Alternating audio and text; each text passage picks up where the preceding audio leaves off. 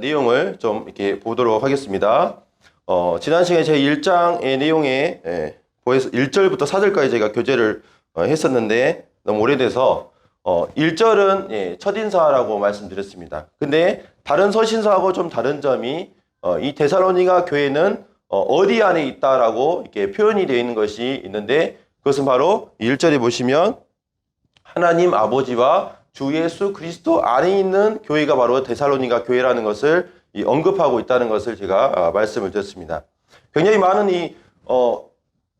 이 교회가 불안할 수 있고 또 흔들릴 수 있는 이러한 가운데 교회가 있었지만 그들을 향하여서 사도 바울은 너희는 하나님 아버지와 주 예수 그리스도 그분 안에 있기 때문에 그분이 흔들리지 아니하시기 때문에 너희 이 교회는 흔들릴 수 없다는 것을 말씀을 이렇게 하고 있다는 것을 볼 수가 있었습니다.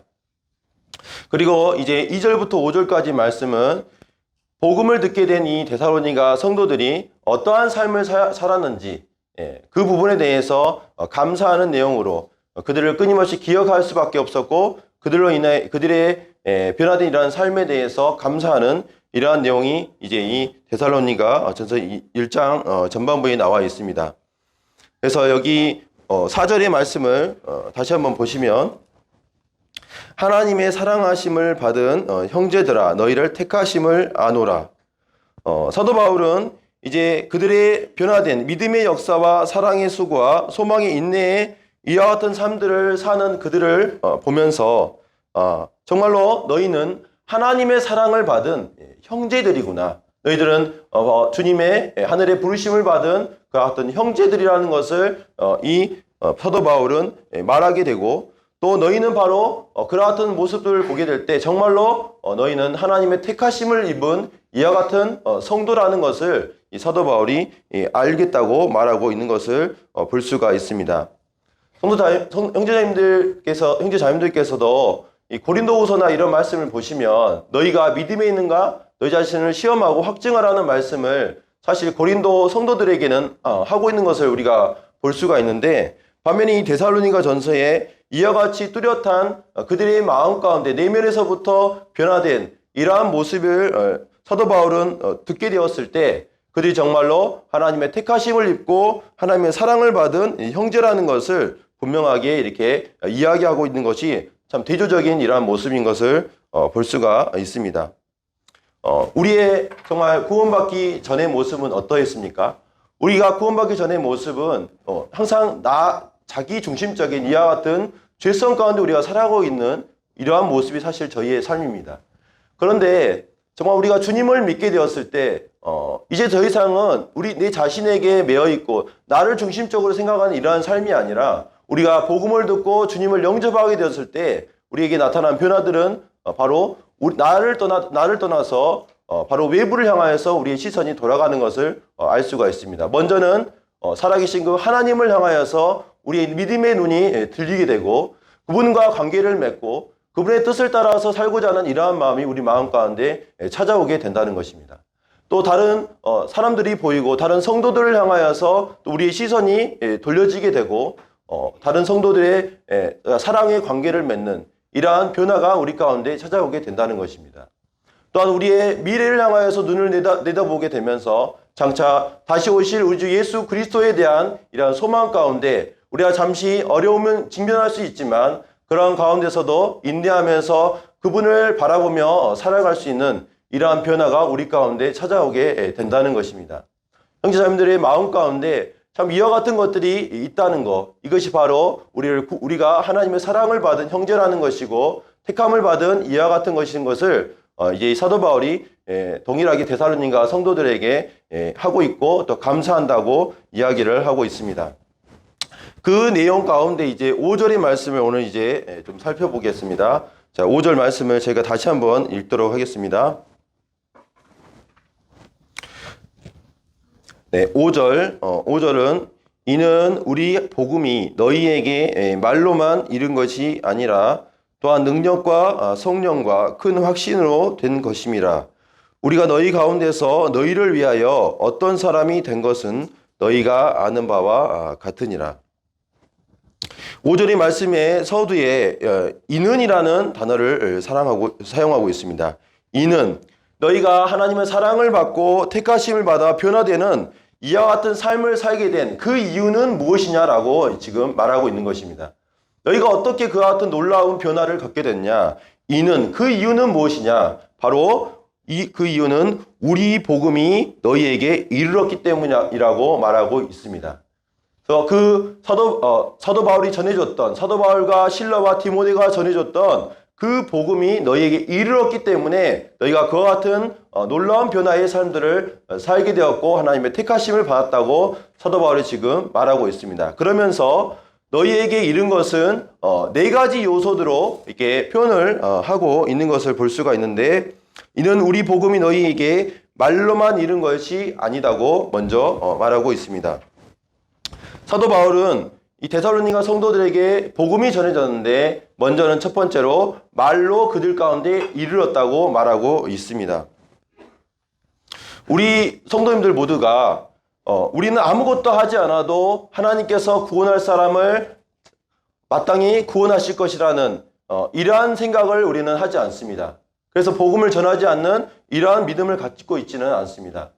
그렇지만 은연중에 우리 마음 가운데 내가 말로 복음을 전하지 않더라도 누군가는 전하겠지, 이런 마음을 우리는 갖기 쉽습니다. 그렇지만 이 사도 바울은 분명하게 너희에게 말로 복음이 이르렀다고 먼저 말을 하고 있는 것입니다.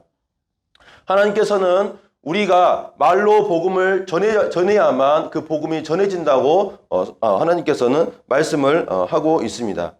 왜 사도 바울이 빌립보에서 그 많은 감옥에 갇히고 매를 맞는 이러한 정말 모습 가운데서도 그 걸음을 멈추지 않고 계속해서 데살로니가 지역까지 가서 복음을 전했겠습니까?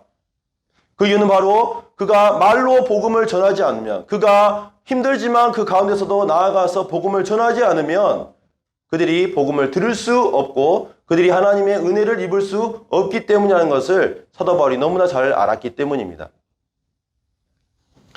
사도 바울은 신약 성경에서 계속해서 말로 복음을 전하는 부분에 대해서 언급하고 있습니다. 로마서 10장 14절 말씀을 보시면 그런즉 그들이 믿지 아니하는 일을 어찌 부르리요, 듣지도 못한 일을 어찌 믿으리요, 전파하는 자가 없이 어찌 들으리요. 전파하는 자가 없으면 들을 수도 없고 듣지 못하면 믿을 수 없다고 사도 바울은 말하고 있습니다.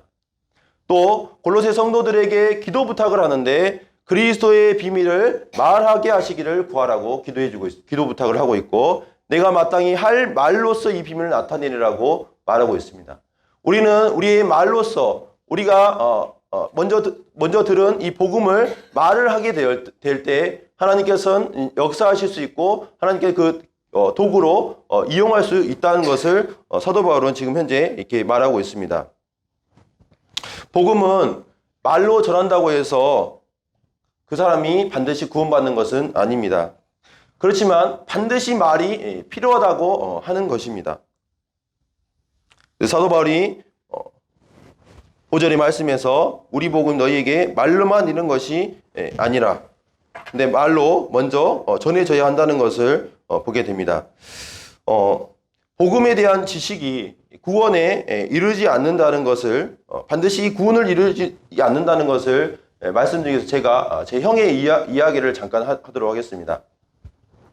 제가 이제 대학교를 가기 전에 이제 구원을 받고 모임 안에서 복음을 듣고 나서 제 형에게, 이제 형이 방학 때 내려와 있어가지고 형과 이제 형에게도 복음을 전해야지 형도 구원을 받을 수 있겠다는 이런 마음의 생각에서 형에게 복음을 이렇게 전했습니다. 형 잠깐만 앉아보면 좋겠네 하면서 형에게 제가 복음을 전했습니다. 형, 예수님이 우리를 위해 죽으셨는데 영원한 속죄라는 것을 이루어 주셨어 라는 이야기를 형에게 했습니다. 저는 왜냐하면 이게 장로교에 있으면서 이 부분에 대해서 처음 들었거든요. 이 모임 안에서. 그래서 형이 이 사실을 알게 되면 나와 동일하게 믿음을 갖고 구원을 받고 이렇게 변화된 삶을 살 수 있겠다라는 마음으로 말을 건넸습니다. 그래서 형이 어떻게 대답을 했냐면 그래서 나도 그거 알고 있어. 이렇게 얘기를 하는 거예요.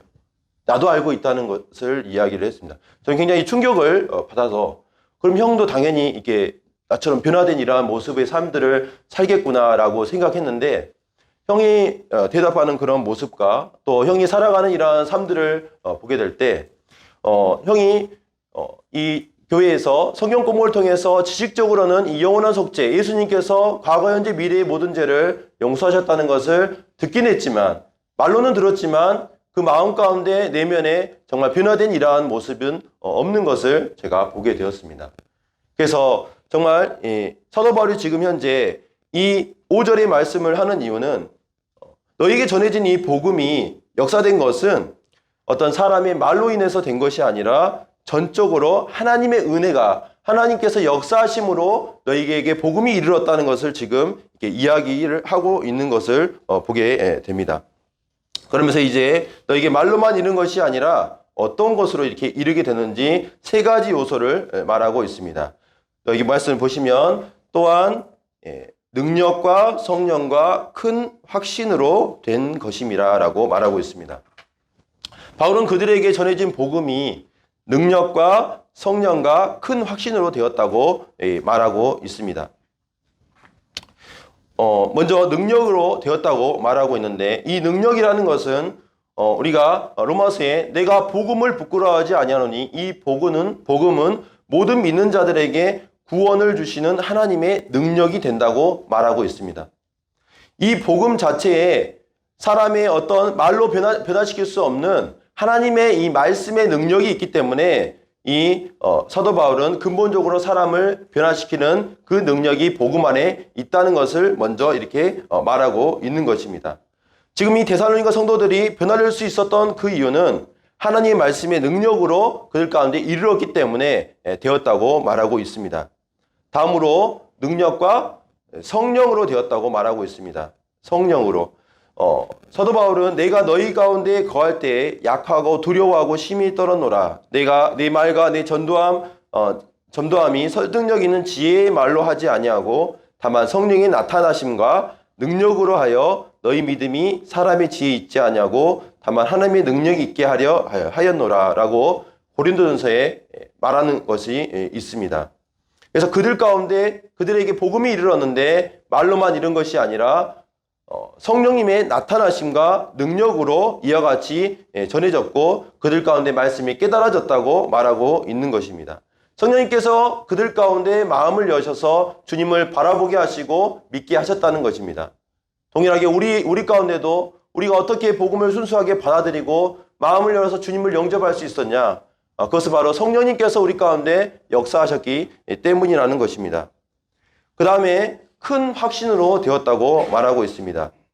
이 큰 확신조차도 하나님의 능력으로 되었다는 것을 우리는 볼 수가 있는데 이 데살로니가 성도들은 뻔히 바울이 전한 복음을 듣고 믿으면 이제 다른 임금을 섬기는 자들이다라고 손가락질하는 것을 당연히 이렇게 보았을 것입니다. 그럼에도 불구하고 그런 핍박과 여러 어려움들을 당할 것을 알면서도 그들 마음에는 살아계시고 참되신 그 하나님에 대한 이 믿음이 있었고 그분을 섬기는 것이 마땅하다라는 이런 마음으로 그 복음을 받아들였다고 하는 것입니다. 그래서 이 큰 확신조차도 하나님의 역사로 하나님의 은혜로 되어졌다는 것을 사도 바울은 이렇게 계속해서 이렇게 말하고 있는 것을 볼 수가 있습니다. 우리의 구원의 이후의 삶의 변화에 대해서 우리가 생각할 때 정말로 우리는 하나님께 영광을 돌려야 하는 것이 마땅한 것입니다. 어떻게 나 같은 이러한 정말 고집세고 또 교만한 나에게 하나님께서 은혜를 입혀주셨는지 나의 마음을 열어주셔서 그 변화된 이러한 삶 가운데 나아가게 하셨는지 보게 되는 것입니다. 근데 이제 이 말씀에 5절의 말씀에 약간 독특한 부분이 볼 수가 있는데 이제 이렇게 하나님의 능력으로 너에게 복음이 이르렀다고 말하면서 사도 바울이 이 말을 하고 있는 것을 볼 수가 있습니다. 우리가 너희 가운데서 너희를 위하여 어떤 사람이 된 것은 너희가 아는 바와 같으니라. 이 말씀이 뒤에 이렇게 딱 붙어져 있습니다. 하나님의 능력으로, 하나님의 역사로 그들 가운데 복음이 이르러서 너희가 변화되었다라는 것으로 이제 말하고 끝내고 다음 단락으로 넘어가면 좋은데, 사도 바울이 현재 우리가 너희 가운데서 너희를 위하여 어떤 사람이 된 것은 너희가 아는 바와 같으니라 라고 말하고 있다는 것입니다. 이 말을 바꾸어서 말하면, 우리가 너희와 함께 있을 때 어떤 모습으로 너희에게 나왔는지 알고 있지? 이런 말이죠. 너희 가운데 내가 어떤 모습으로 살았는지 너희들 알고 있지? 이런 의미를 이렇게 가지고 있습니다. 조금이 어울리지 않는 이런 모습인데, 사도 바울은 이 부분에 넣었다고 하는 것입니다.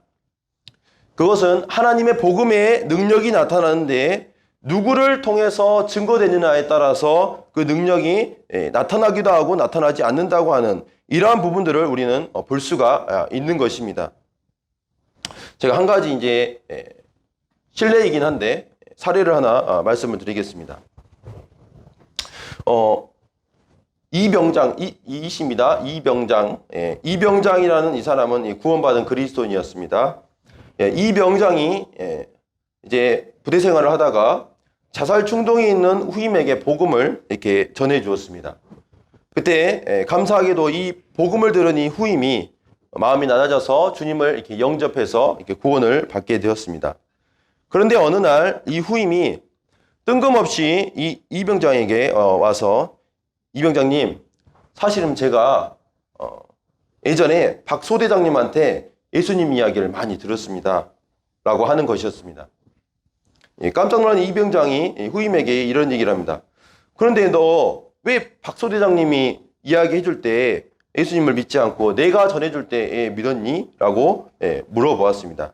그때 그 후임이 하는 말이 어떻게 얘기하냐면, 박 소대장님이 개차반처럼 살아서 저 사람처럼 되고 싶지 않아서 저 안 믿었어요. 이렇게 얘기를 하는 거예요. 우리가 속해 있는 가정, 또 우리가 속해 있는 직장, 또 우리가 속해 있는 학교 안에서 우리는 정말 어떠한 간증으로 우리는 증인으로서 살아가고 있는지 생각을 해보게 됩니다. 선한 간증이라는 것이 정말 너무나도 중요하다는 것을 보여주고, 하나님의 복음의 능력이 바로 누구를 통해서 나타나느냐, 그것은 정말 믿음을 줄 수 있는 그와 같은 그리스도를 통해서 나타난다는 것을 바울이 지금 이와 같이 말하고 있다고 하는 것입니다. 그래서 5절의 말씀의 내용을 통해서 그들 가운데 이르는 이 복음이 하나님의 능력으로 또 믿을 수 있는 이러한 그리스도를 통해서 전해지는 이러한 부분들을 살펴볼 수가 있었습니다. 다음으로 이제 6절에서 이제 8절 말씀을 보는데요. 6절의 말씀의 첫 소절에 보면은 또라는 단어가 이렇게 나와 있습니다. 이제 환난 중에도 이 믿음의 본을 보였던 데살로니가 교회에 대해서 이제 다른 단락을 통해서 이제 사도 바울이 이렇게 말하고 있습니다. 그래서 6절의 말씀을 제가 한번 읽겠습니다. 또 너희는 많은 환난 가운데서 성령의 기쁨으로 말씀을 받아 우리와 주를 본받은 자가 되었으니. 그래서 이제 이 사도 바울은 데살로니가 성도들이 보인 삶 가운데 또 다른 한 면을 이제 말하고 있습니다. 바로 여기 또 너희는 뭐라고 하냐면 많은 환난 가운데서 성령의 기쁨으로 말씀을 받았다라고 말하고 있습니다. 많은 환난이라는 단어가 나오게 되는데, 데살로니가 성도들은 많은 환난을 당하고 있었습니다. 그들은 주님을 믿는 것으로 인해서 물질적인 손해를 받을 수밖에 없었습니다.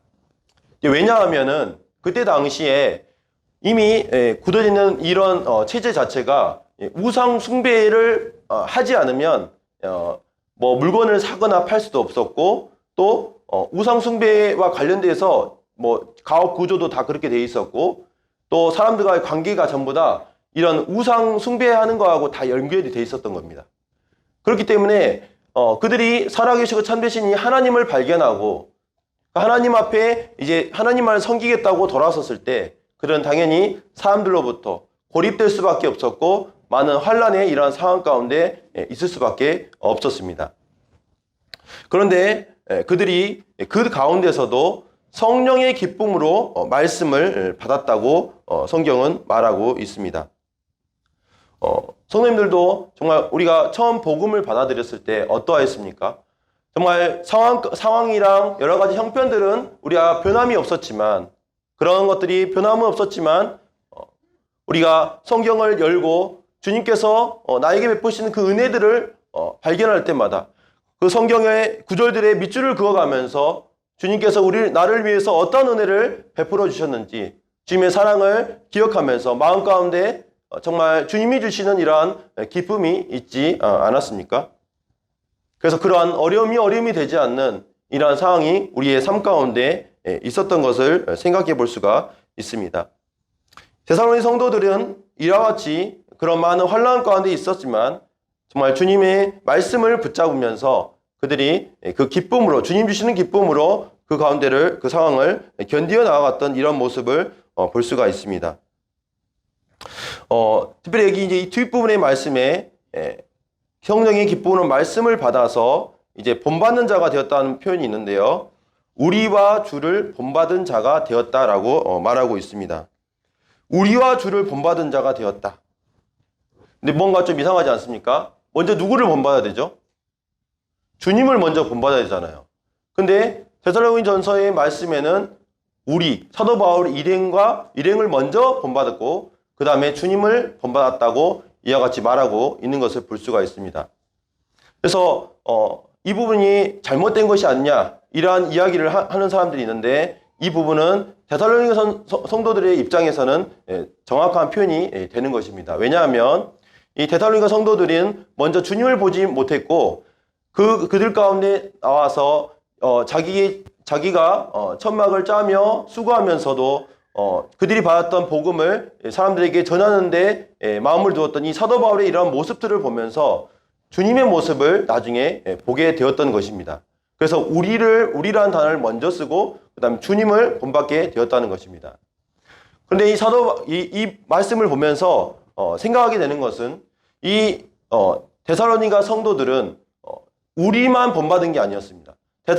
사도 바울 일행만을 본받은 것이 아니라 거기서 더 나아가서 주님을 본받는 자가 되었다고 하는 이 표현을 보면 제가 마음 가운데 내가 무엇을 바라보며 주님을 섬겨야 되는지 생각하게 되었습니다. 이제 이 부분이 어디에 나와 있냐면 또 고린도후서에 이 내용이 나와 있습니다. 고린도후서 내용은 사실상 이 데살로니가 썼던 시기보다는 7년이 뒤떨어져 있는 나중에 쓴 서신이긴 하지만 이 부분과 연관이 되어 있기 때문에 제가 한번 좀 찾아보기를 원합니다. 잠깐 고린도후서 8장으로 잠깐 한번 가시겠습니다. 고린도후서 8장 1절에서부터 5절까지의 말씀을 잠깐 보시겠습니다.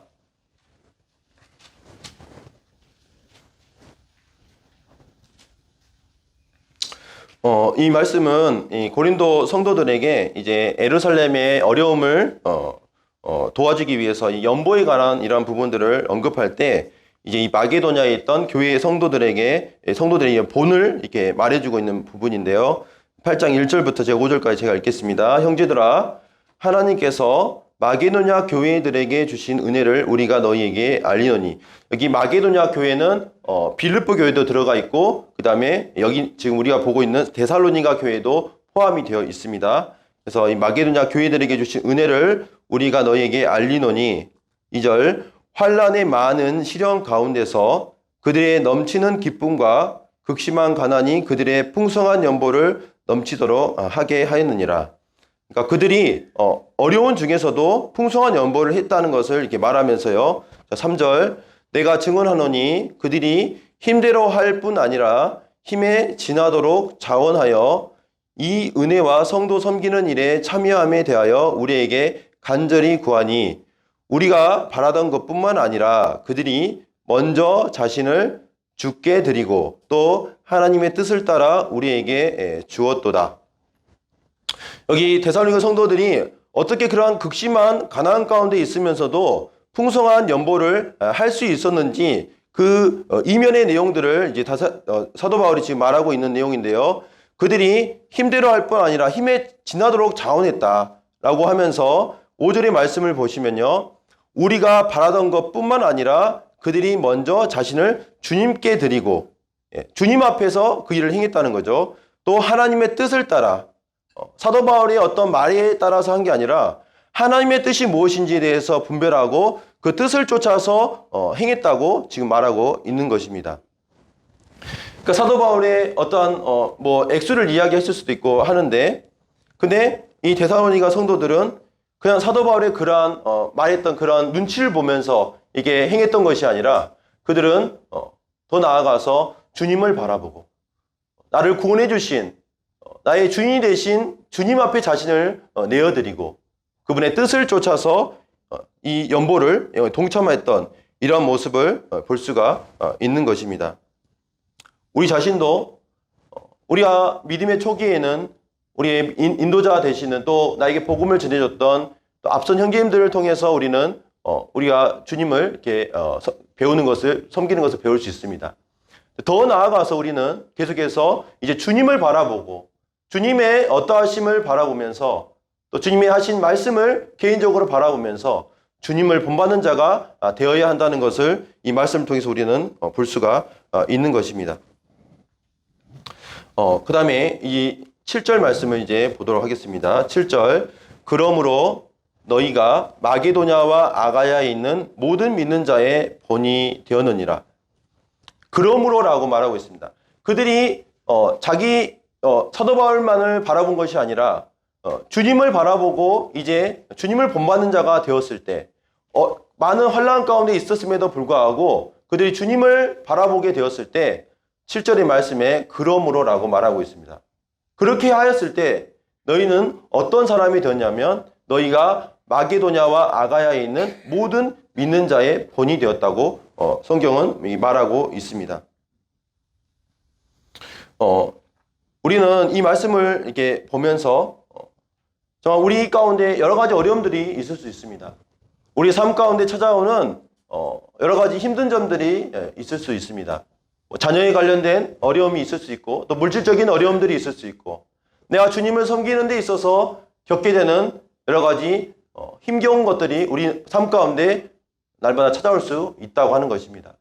그러나 그러한 가운데서도 우리가 주님을 바라보고 주님의 말씀을 붙잡으면서 나아가게 되었을 때 그러므로라는 이 말씀처럼 그러한 어려움 가운데서도 주님을 바라보는 이러한 성도님들의 이러한 모습이 우리의 삶 가운데 도전이 되고 또 나도 저 성도님처럼 저는 어려움 가운데서 주님을 바라보고 섬기는데 나도 그와 같이 살아야겠다. 이러한 본을 삼게 되는 주님이 귀하게 여기시는 이러한 사람이 된다는 것을 이 말씀을 통해서 볼 수가 있는 것입니다.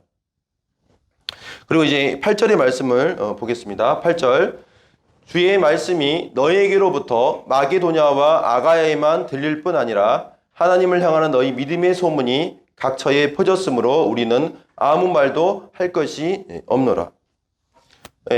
8절의 말씀에 이 주의 말씀은 복음을 말하고 있습니다. 그들 가운데 전해졌던 복음이 너희에게로부터 사도 바울을 통해서 받았던 이 복음이 이제는 이 데살로니 교회에서 멈춰 있는 것이 아니라 이 복음이 너희에게로부터 이제 받은 이 데살로니가 성도들로부터 이제 마게도냐와 아가야로 전파되었다는 이런 말씀을 지금 하고 있는 것입니다. 데살로니가 교회는 제가 처음에 본이 되는 교회라는 말씀을 드렸었는데 또 다른 이 본이 되는 이러한 모습이 여기에 있다고 하는 것입니다. 그들이 받았던 이 복음에 대해서 그들만 간직하고 머물렀던 것이 아니라 또 다른 사람들에게 이제 믿지 않은 그런 사람들에게 계속해서 전파하는 이와 같은 일을 행했다고 하는 것입니다. 여기 단어에 들릴 뿐 아니라 이 들리다는 말은 헬라어로 엑세케오라는 이 단어를 사용하고 있는데 형제자매님들 이게 노래방 같은 데 가면 에코라는 단어 아시죠? 에코. 그래서 울리는 이렇게 소리가 지금 제 목소리도 많이 이렇게 울리고 있는데 이 울리다 이 에코가 이 단어에서 나왔다고 합니다. 그래서 계속해서 이 소리가 울려서 퍼져서 메아리치는 이것을 의미하는 단어가 이 엑세케오라는 이 단어입니다. 사도 바울이 전해졌던 이 복음이 데살로니가 성도들은 계속해서 에케세오 되도록 계속해서 메아리쳐서 울려 퍼질 수 있도록 이와 같은 역할을 감당했던 교회라는 것이었습니다. 분명히 여기 말씀을 보시면 앞에 7절에서는 마게도냐와 아가야는 모든 믿는 자라고 되어 있지만 8절에는 마게도냐와 아가야라고 이렇게 되어 있습니다. 그러니까 정말 믿지 않는 그런 사람들에게 계속해서 그 사도 바울은 복음을 데살로니가 교회들은 계속해서 복음을 메아리쳐 올려 퍼지도록 이와 같은 일들을 했다는 것입니다.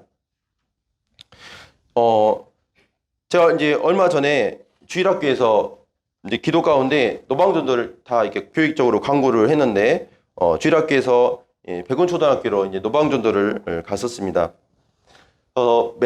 한 달, 두 달 전부터 이제 아이들이 나눠줄 선물은 뭘로 할지 또 여러 가지 어떤 걸 사용해 가지고 애들을 이렇게 모을 수 있을지 이런 것들을 주기사 행제자님들이 굉장히 많은 지혜를 모아 가지고 포장을 해 가지고 또 이제 당일날 어려운 스케줄을 맞춰서 또 이렇게 전도에 참여하신 여러 성도님들 계셨고 또 열렬히 아이들 붙잡고 또 복음을 전해주셨던 이런 성도님도 계셨고 인형탈까지 써가지고 아이들한테 이게 복음을 전하려고 탈 쓰고 나오신 형제님도 이렇게 계셨습니다.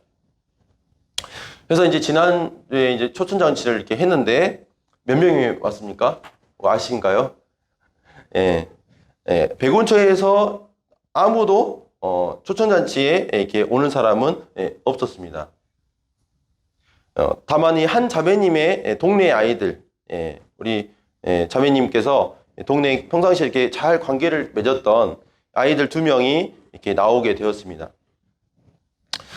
한편으로는 이 노방전도를 괜히 했다는 생각을 이게 할 수도 있을지 모르겠습니다. 그래서 제가 이 노방전도를 하기 전에 형제 자매님들한테 그런 얘기를 했습니다.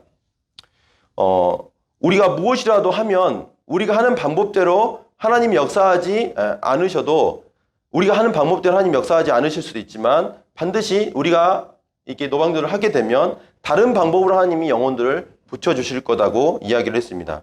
근데 우리가 아무것도 하지 않으면 하나님은 아무 일도 이렇게 하지 않으실 거라고 그런 얘기를 이렇게 했었던 적이 있었습니다.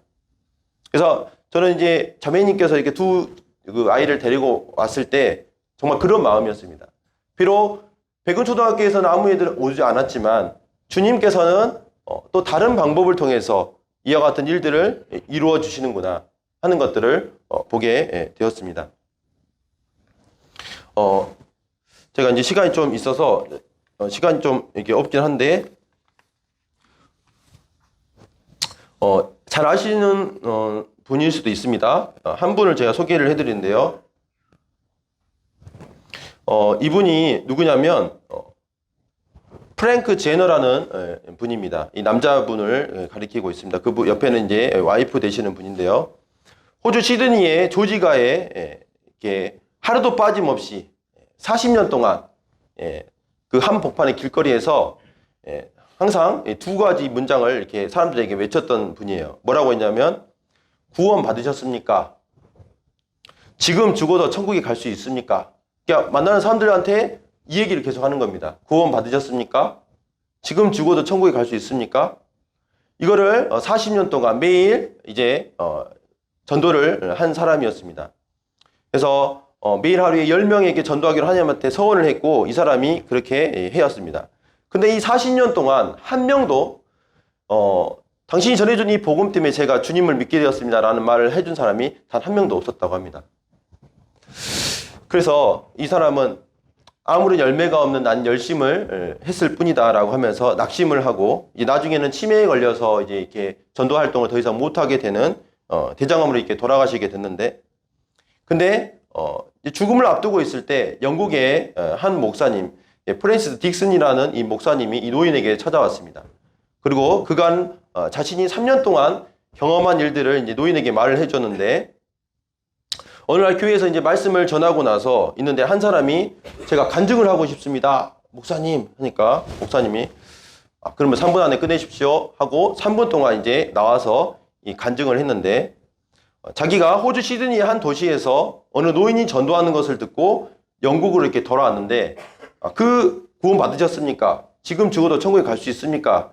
이 말을 집에 와서 생각하는데 그 전도했던 내용이 계속해서 마음에 남아서 성경을 펴서 주님을 믿게 되었다는 이러한 이야기를 하는 것이었습니다. 근데 몇 개월 후에 이 프랜시스 딕슨이라는 이 목사님이 다른 미국의 LA에 집회를 갔는데 또 그런 간증을 하는 사람이 두 사람을 또 만나게 되는 것입니다. 그리고 캐러비안 선교대에 갔는데 선교사가 3명이서 똑같은 그런 이야기를 또 하게 되고, 미국의 해군의 군종 목사님이 또 모여있는 그 자리에서 또 얘기를 하는데 거기서도 동일한 이야기를 계속해서 해서 이제 인도까지 가서 집회를 하는데도 거기서도 또 그 시드니 조지아 거리에서 어떠한 노인이 구원 받으셨습니까? 지금 죽어도 천국에 갈 수 있습니까? 라는 이 말을 듣고 구원을 받았다는 이런 간증을 계속해서 들었다는 것입니다. 이게 3년 동안 이제 그 사람이, 그 목사님이 경험한 것을 이야기를 이렇게 했던 것입니다.